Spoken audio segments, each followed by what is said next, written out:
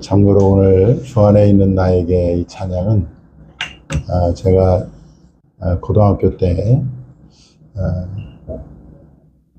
교회에서 이 철야를 하면서 불렀던 찬양인데, 내 앞길 멀고 험해도 나 주님만 따라가리라는 그 후렴구를 통해서 제가 하나님 앞에 정말 주님을 위해서 살겠다고 고백했던 그런 찬양입니다.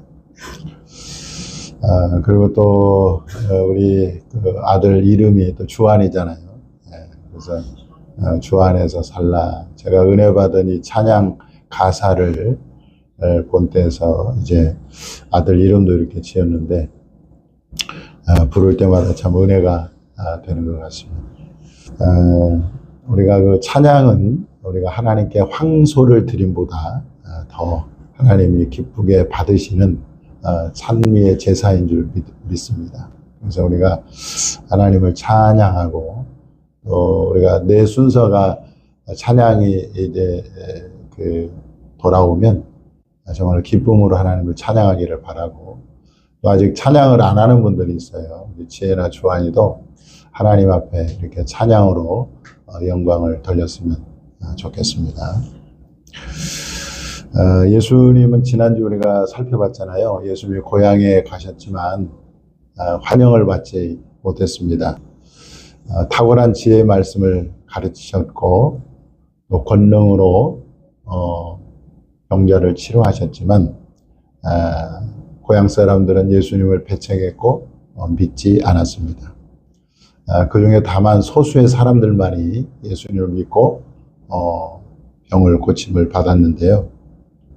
그래서 예수님은 고향 사람들이 믿지 않는 것을 이상히 여기셨다, 이렇게 말씀합니다. 저와 여러분도 복음을 전했는데 사람들이 믿지 않을 수 있죠. 그때 이제 전도 대상자가 믿지 않는다고 우리가 낙심할 필요가 없습니다. 내가 열심히 복음을 설명했어요. 근데 그 사람이 안 믿어.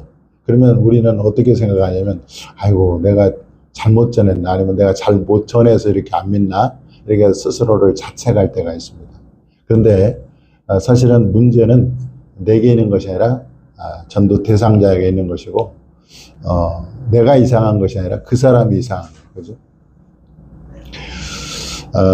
여러분, 예수님이 고향 사람들이 자신을 배척하고 믿지 않았다고 해서 거기에 위축되거나 또 그 고향 사람들에게 연연하지 않았다는 것입니다. 예수님은 곧바로 모든 촌에 두루 다니시면서 새로운 사람들에게 복음을 전했다. 우리도 마찬가지입니다. 우리가 이제 전도를 열심히 하고, 또 이제 교회를 지금 우리 소정희 집사님 기도했지만은 이렇게 장기 결석자들도 있잖아요. 물론 우리가 그들을 위해서 기도하고 또 권면도 해야 되겠지만, 그들에게 너무 막 이렇게 연연해 할 필요가 없다는 거예요. 교회 안 나온다고 하는 사람들을 막 억지로 막 교회에 끌어오려고 하는 것도 사실은 고역이죠. 오히려 그렇게 이제 그렇게 기존에 그렇게 교회를 안 나오는 사람들에게 우리가 막 매달릴 게 아니라, 오히려 새로운 사람들에게 예수님처럼 복음을 전하면 좋겠다라는 생각을 하게 됩니다. 예수님은 모든 촌에 두루 다니시며 말씀을 가르쳤는데, 여러분, 이 모든 촌에 두루 다니셨다, 그리고 가르치셨다 말씀하셨는데, 이걸 보면 이 복음은 도시 사람들도 복음이 필요하지만, 정말 저 두메 산골 촌에 살고 있는 사람들에게도 뭐가 필요해요? 복음이 필요하다는 것입니다. 따라서 복음은 도시나 농촌 할 것 없이 모든 사람들에게 다 복음을 들어야 돼요. 복음이 필요한 것입니다. 예수님께서 모든 촌 사람들에게 다니시면서 가르치셔서 복음을 전할 때 그 심정이 어땠을까를 생각해 봤습니다. 그 촌 사람들이 잘 없는 그 촌구석을 다니시면서 예수님 복음을 전하셨는데 그 심정이 어땠을까? 한번 생각해 봤어요. 복음을 듣지 못한 사람들의 영적 상태를 우리가 안다면 예수님의 그 심정이 좀 이해가 갈 것 같아요. 자, 복음을 듣지 못한 사람들의 그 영적 상태가 어떤 상태입니까? 그들은 죄인들입니다. 죄인들이고, 그리고 율법의 저주 아래에 있어요. 율법의 저주 가운데 살아갑니다. 그리고 본질상 하나님의 진노 가운데 있어요. 뿐만 아니라 그들이 죽은 후에는 심판을 받고 둘째 사망, 곧 영원한 지옥 형벌을 받아야 하는 그런 사람들인 것이죠. 20세기 영국의 가장 영향력 있는 개혁주의 설교자로 이제 마틴 로이드 존스 목사님이 계십니다. 이 목사님이 예수 그리스도께 속하지 않는 사람들의 비극에 대해서 이렇게 말을 했습니다. 자, 여기 보면은요, 마틴 로이드 존스 목사님이 하시는 말씀이에요. 예수 그리스도에게 속하지 않는 것보다 더 무섭고 섬뜩한 일이 있을까요? 세상에 속하고 그리스도와 그의 나라에 속하지 않는 사람들의 비극이요, 세상을 위해 살고 세상의 마음을 빼앗기며 세상을 기뻐하고 기독교를 부끄럽게 여기는 사람들, 그리스도가 아닌 세상으로 마음이 가득 찬 그런 사람들이 바로 그 비극의 주인공이 아닙니까? 만일 그와 같이 살다 죽는다면 포도즙 틀에 포도주처럼 그의 발밑에 밟혀, 그의 발밑에 뭡니까? 심판자 되시는 예수님 발밑에 밟혀 으깨져 그의 임재의 영광과 복된 교제의 즐거움으로부터 떨어져 멸절될 때가 올 것을 아십니까? 그리스도인들이요, 모든 불신자들의 운명이 그러합니다. 이렇게 말을 했습니다.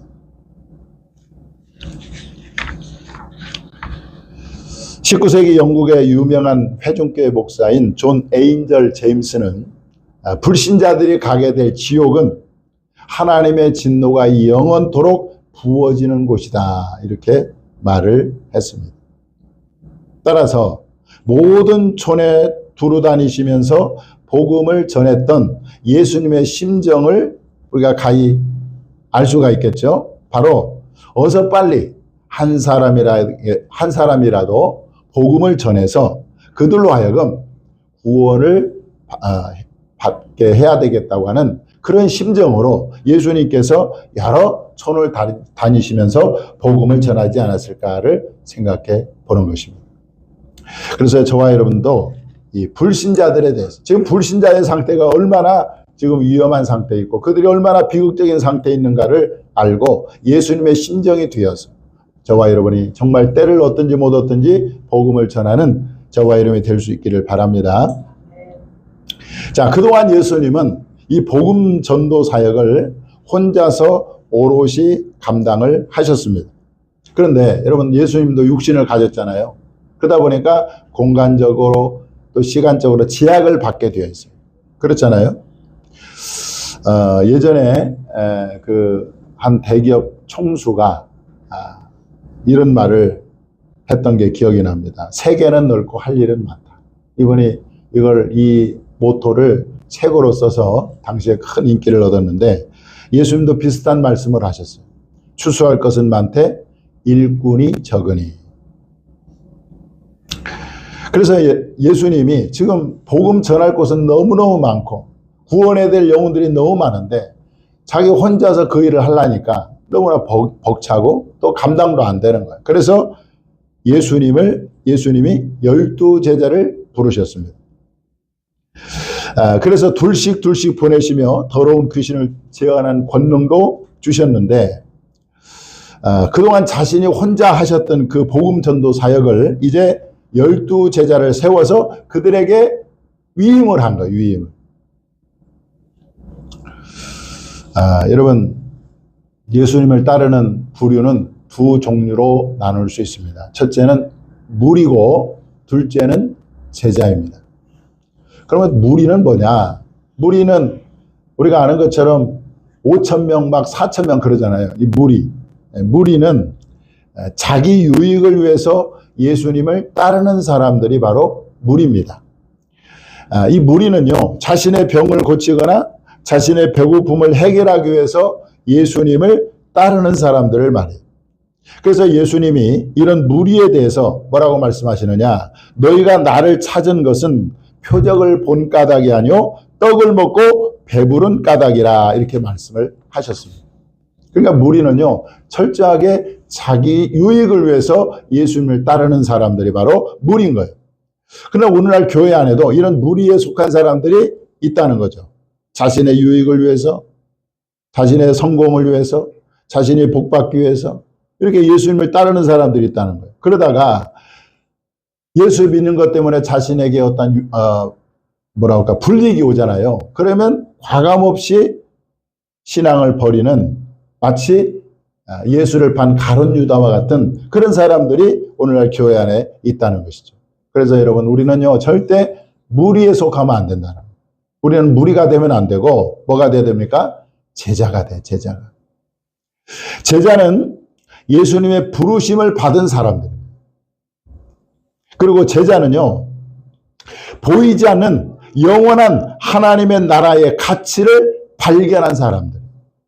그래서 예수 그리스도를 위하여 기꺼이 살겠다고 나선 사람들이 바로 제자입니다. 할렐루야. 자, 그러면 이 제자라고 해서 목회자나 선교사나 사역자를 말하는 것이 아니라, 비록 평신도지만 삶의 영역에서 예수님의 제자로 예수님의 사는 그런 사람들이 제자라는 거죠. 여러분, 우리가 그 직장에서 우리가 다 직장을 가고 있잖아요. 그 직장에서 성실하게 근무하는 것도 예수님의 제자로서 예수님을 위해 사는 거라는 것입니다. 자, 골로새서 3장 22절 24절에 보면 하나님께서 이렇게 말씀하고 있습니다. 한번 읽어보겠습니다. 시작. 종들아, 모든 일에 육신의 상전들에게 순종하되, 큰 소리 좀 읽어주세요. 사람을 기쁘게 하지 자와 같이 눈가림만 하지 말고 오직 주를 두려워하여 성실한 마음으로 하라. 무슨 일을 하든지 마음을 당하여 주께 하듯 하고 사람에게 하듯 하지 말라. 이는 기업의 상을 주께 받을 줄 아나니 너희는 주 그리스도를 섬기느니라. 내가 예수를 믿는, 예수님을 믿고 따르는 제자라고 한다면, 예수 그리스도를 섬기는 제자라고 한다면, 우리는 상전들에게 눈가림만 하지 말고 성실한 마음으로 그 일을 하라는 거죠. 그래서 무슨 일을 하든지 마음을 다해서 주께 하듯 하고 사람에게 하듯 하지 말라. 그러면 기업의 상을 주께 받을, 하나님이 상을 주시겠다는 거예요. 이것이 예수님을 따르는 제자의 삶이라는 것입니다. 그래서 저는 우리 성도들이 다 각자의 삶의 영역에서 그야말로 제자의 삶을 살 수 있기를 주님의 이름으로 축원합니다. 그런데 여러분, 예수님이 자신의 그 복음 전도 사역을 무리에게 위임한 것이 아니라 누구에게 위임했어요? 제자에게 위임을 했다는 거예요. 자, 예수님은 12 제자에게 자신의 복음 전도 사역을 위임하셨는데, 그 위임하시면서 몇 가지 지침을 주셨어요. 그 지침이 8절 9절에 나옵니다. 8절 9절에 보면 너희는 여행을 위하여 지팡이 외에는 양식이나 배낭이나 전대의 돈이나 아무것도 가지지 말며 신만 신고 두보로 또 가지지 말라. 이렇게 말씀을 하셨습니다. 자, 이 말씀을 통해서 우리는 이 복음 전도의 몇 가지 교훈을 얻을 수가 있는데, 첫째는 이 복음 전도의 긴박성을 보여줍니다. 이 말씀에서. 자, 여러분, 죄악으로 멸망해가는 영혼들에게 가서 복음을 신속하게 전해줘야 하는데, 가지고 다니는 것이 많이 있다면, 가지고 다니는 짐이 많다면, 여러분, 신속하게 복음을 전할 수 없겠죠. 그러니까 주님은 빨리 가서 긴급하게 신속하게 복음을 전하기 위해서는 이거 주렁주렁 달리는 이 짐들 그걸 다 벗어버리고 빨리 가서 복음을 전하라는 의미가 있는 거죠. 두 번째로는 하나님만을 절대 신뢰하라는 의미가 있습니다. 여러분 여기 보면 양식도 가지지 말라고, 그 다음에 생존에 필요한 생필품을 넣을 전대도 넣지, 배낭도 갖추지 말라고, 그리고 돈도 가지지 말라고 그러고. 이 말은 무슨 말이에요? 절대적으로 하나님만 의지하라는 의미가 있는 것입니다.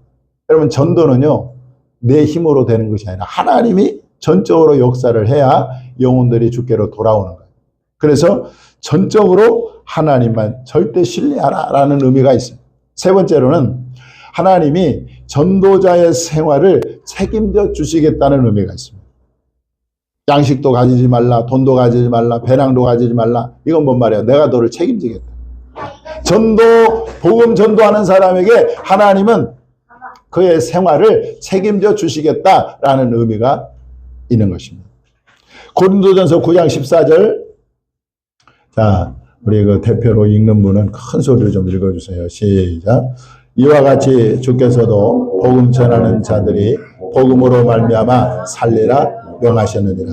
자, 복음 전하는 자들이 복음으로 말미암아 살리라. 이게 뭔 말이에요? 하나님이 복음 전하는 자의 삶을, 생활을 책임져 주시겠다라는 거예요.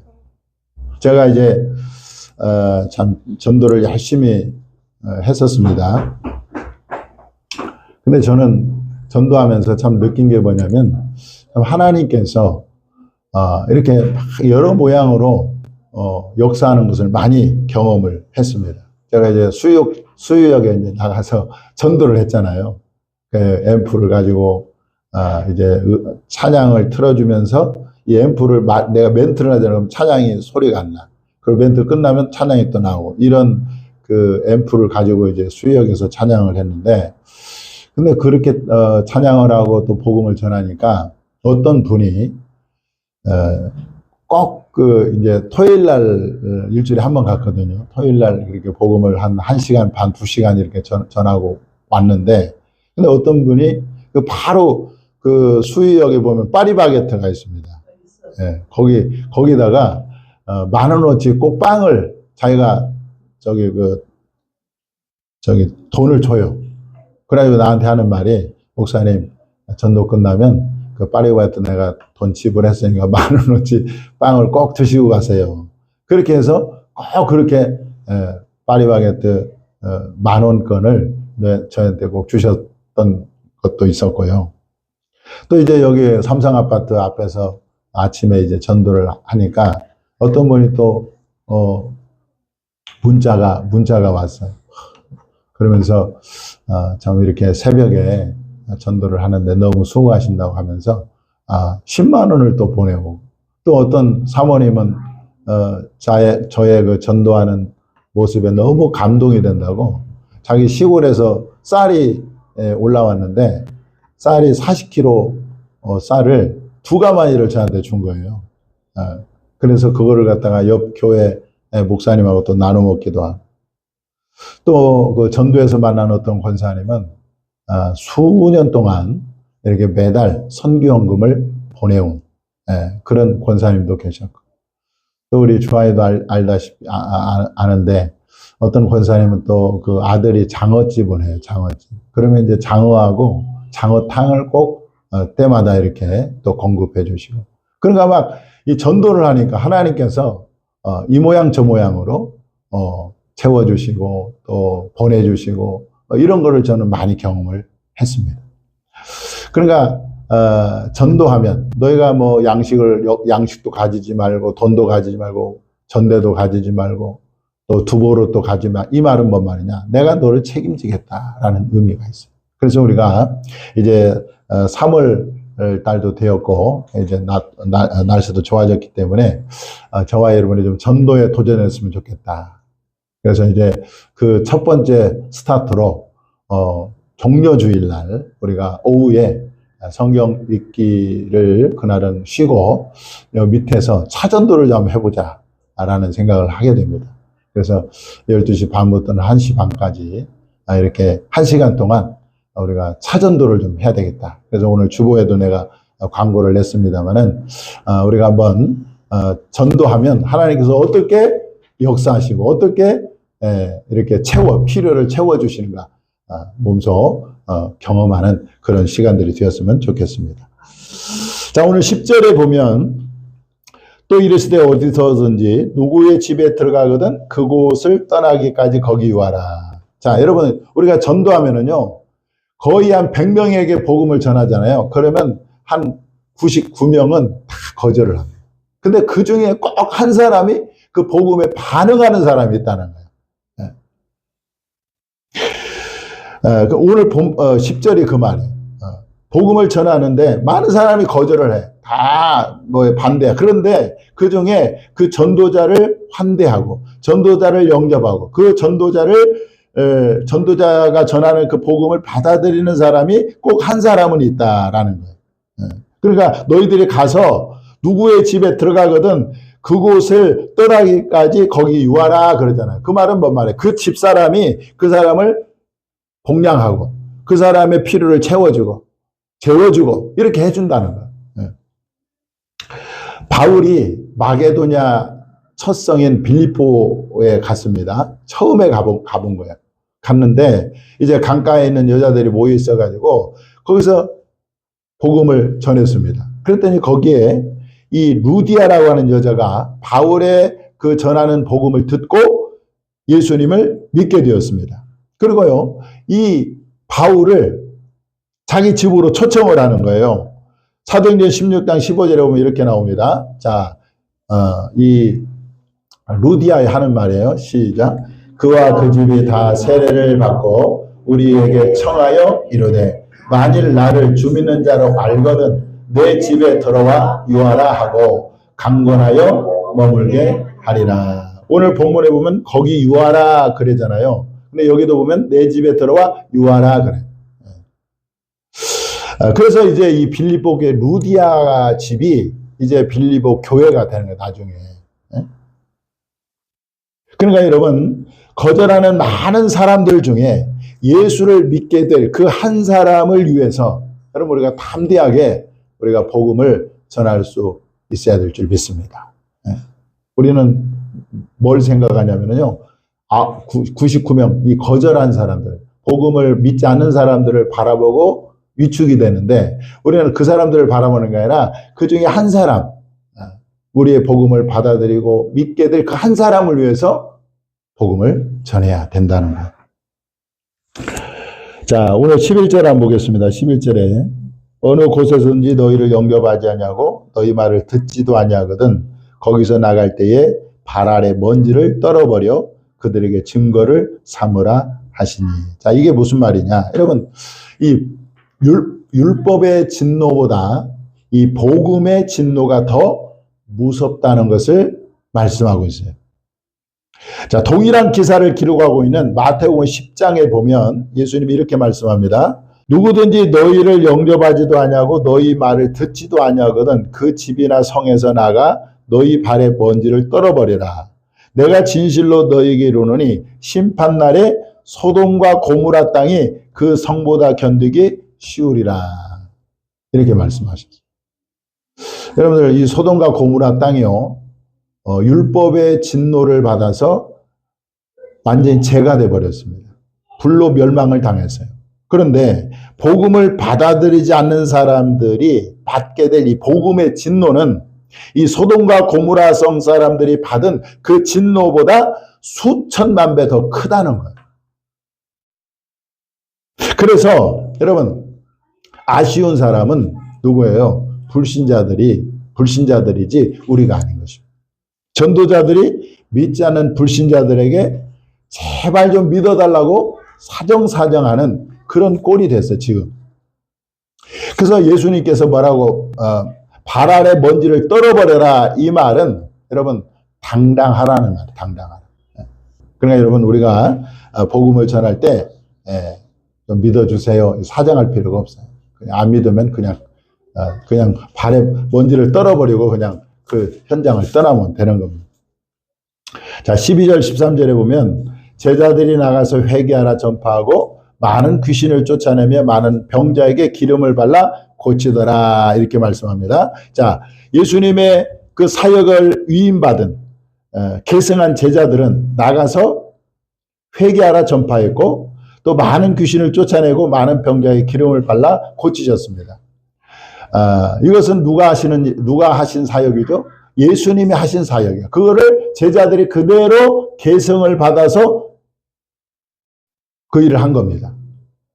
자, 예수님의 사역을 계승한 제자들은 이미 자기들의 사역을, 이제 사명을 다 끝나고 이제 천국에 갔어요. 그러면 그 예수님의 사역을 누가 오늘날은 계승을 해야 되겠습니까? 바로 우리가 계승해야 돼요. 우리가 계승을 해야 되는 거예요. 제자들의 바통을 이어받아서 우리가 그 사역, 예수님의 하셨던 그 사역을 계승을 해야 된다는 거예요. 자, 요한복음 14장 12절에 보니까 이렇게 말합니다. 자, 한번 읽어보겠습니다. 시작. 내가 진실로 너에게 이르노니 나를 믿는 자는 내가 하는 일을 그도 할 것이요 또한 그보다 큰 일도 하리니 이는 내가 아버지께로 갈미라. 예. 예수님이 하신 말씀에 나를 믿는 자는 내가 하는 일을 그도 할 것이고 또한 그보다 큰 일도 하리니 예수님보다 더 큰 일을 한다는 거예요. 이는 내가 아버지께로 가미라. 그러니까 우리 남겨진 우리들에게 주님께서 사역을 위임하고 가신 거예요. 너희가 내가 한 일을 너도 할 것이고 나보다 더 큰 일도 할 것이다. 그렇게 우리에게 사역을 위임하신 거 지금 계승하고 계시잖아요. 또 마가복음 16장 17절 18절 시작. 믿는 자들에게는 이런 표적이 따르리니 곧 그들이 내 이름으로 귀신을 쫓아내며 새 방언을 말하며 뱀을 집어 올리며 무슨 독을 마실지라도 해를 받지 아니하며 병든 사람에게 손을 얹은 즉 나으리라 하시더라. 여기 보니까 여러분들 목사들에게는 선교사들에게는 사역자들에게는 이런 표적이 따르니 이렇게 나오지 않고 뭐요? 믿는 자들. 그러니까 여러분들이 다 뭐요? 예수님의 이름으로 귀신을 쫓아낼 수 있다는 거예요. 예? 그리고 병든 자에게 손을 얹으면 낫는다는 거예요. 믿는 자들에게 다 이 권능을 주신 것입니다. 그러니까 목사만 이게 아니라 여러분들도 하나님의 그 복음 전도의 사역을 계승받아서 나가서 회개하라 외치고 그리고 귀신을 쫓아내고 병든 자에게 손을 얹어서 낫게 하고 이 일을 주님이 우리에게 위임하셨기 때문에 우리가 그 일을 해야 된다는 것입니다. 할렐루야. 그래서 예수님께서 이 복음이 세상 끝까지 전파될 때 그제야 끝이 오리라 그랬는데 그 일을 언제 하겠냐고. 바로 우리가 해야 돼요. 우리가. 그렇지 않습니까? 우리가 예수님의 그 복음 전도의 사역을 계승을 받아서 이제 내가 가서 사람들에게 죄인들에게 회개를 외치고 그리고 그들에게 뭡니까?